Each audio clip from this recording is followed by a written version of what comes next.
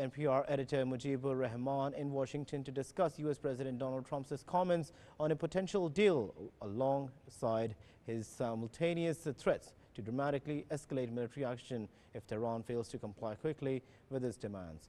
Welcome to Pakistan TV, sir. Thank you for having me, and hello to all your viewers and listeners, and to you as well. Of course. So, sir, given the President Trump's 48-hour ultimatum to Iran to open and reopen the Strait of Hormuz and his warnings of potential strikes on the power plants and bridges, how do you assess the likely trajectory of the U.S.-Iran conflict in the coming days? Well, looking at things right now, the trajectory, as you are mentioning, it is highly volatile because Donald Trump is using a compressed timeline to force a response from Iran, particularly over the Strait of Hormuz.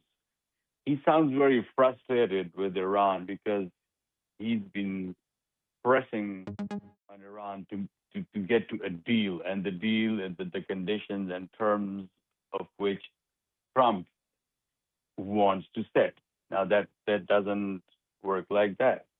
So in the coming days, there are three realistic paths that I see, which is like it could be a short-term de-escalation, like Iran makes a limited move, like partially reopening shipping lanes to buy more time because they cannot lose their civilian infrastructure, bridges, and the targets that Trump is talking about. They're very dear to everyone in Iran. And then because it's going to hurt a common Iranian. And then Iran resists both of like avoiding direct confrontation and leading to heightened military presence without immediate strikes.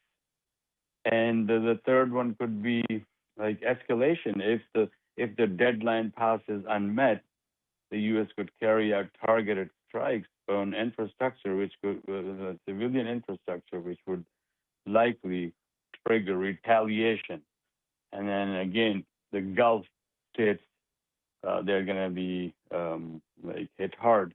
So the key point is that deadlines like this increase the risk of miscalculation.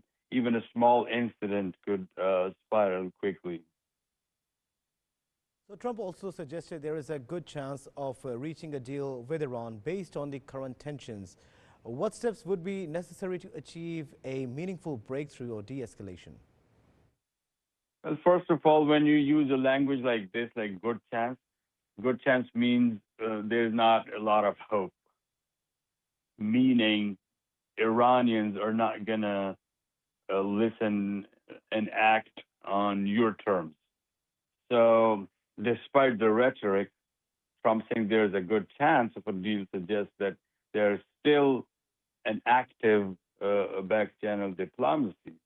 So for a meaningful breakthrough, though, a few things are like very essential. For example, immediate confidence building steps, like it did in the first phase of the talks when it led Pakistani flagged vessels as a guarantee that they're talking to the right people. So that's something like an immediate confidence building steps. And then reciprocal restraint, like the U.S. would have to pause or soften its military threats to create space for talks. This is not to forget the third deadline that President Trump is announcing. And then clear, limited objective, like instead of a broad, sweeping agreement, both sides may aim for a narrow, short-term deal focused on maritime security and avoiding direct conflict. So at this stage, a big deal is very highly unlikely, though you might expect anything from unpredictable side. But what's more realistic is a temporary arrangement that prevents escalation while buying time for deeper negotiations. Also, sir, with the U.S. setting firm deadlines and military options on the table, what role could multilateral diplomacy play in managing this crisis and preventing further escalation? That's very important, multilateral diplomacy, because in preventing this from escalating further, countries like Pakistan, Turkey, Egypt, uh, Saudi Arabia, so they have ties to both Washington and Tehran. So along with organizations like the United Nations, so it can act as intermediaries, like passing messages and proposals when direct trust is low between the two parties, and then encouraging both sides to step back from deadlines and ultimatums. Like this is what these things can do, and it also helps with coordinating calls for restraint, especially given the global importance of the state of Hormuz. Now, I heard today that Oman was talking to Iran directly for passage. So, well, that's a welcome thing. So, importantly, this isn't just a bilateral issue. Any disruption affects global energy markets and international shipping. So, there's strong incentive for broader diplomatic involvement. Well, thank you so much, Mujibur Rahman, for joining us